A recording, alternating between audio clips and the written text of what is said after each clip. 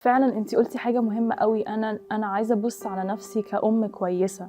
يعني في pressures و expectations حوالينا هي اللي دايما مخلينا حاسين اللي هو لا انا ما عملتش كفاية، انا مش ام كويسة، انا مش المفروض ادي لنفسي وقت، انا المفروض كل حاجة عيالي.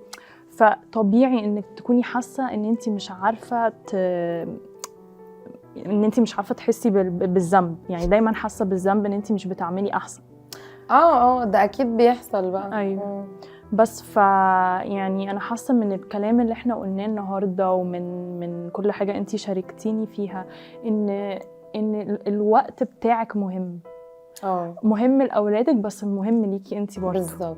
وده مش معناها ان انتي مش هتبقي ام مش كويسه، ده معناها بالعكس انتي ممكن تبقي ام احسن لو انتي اديتي لنفسك وقت.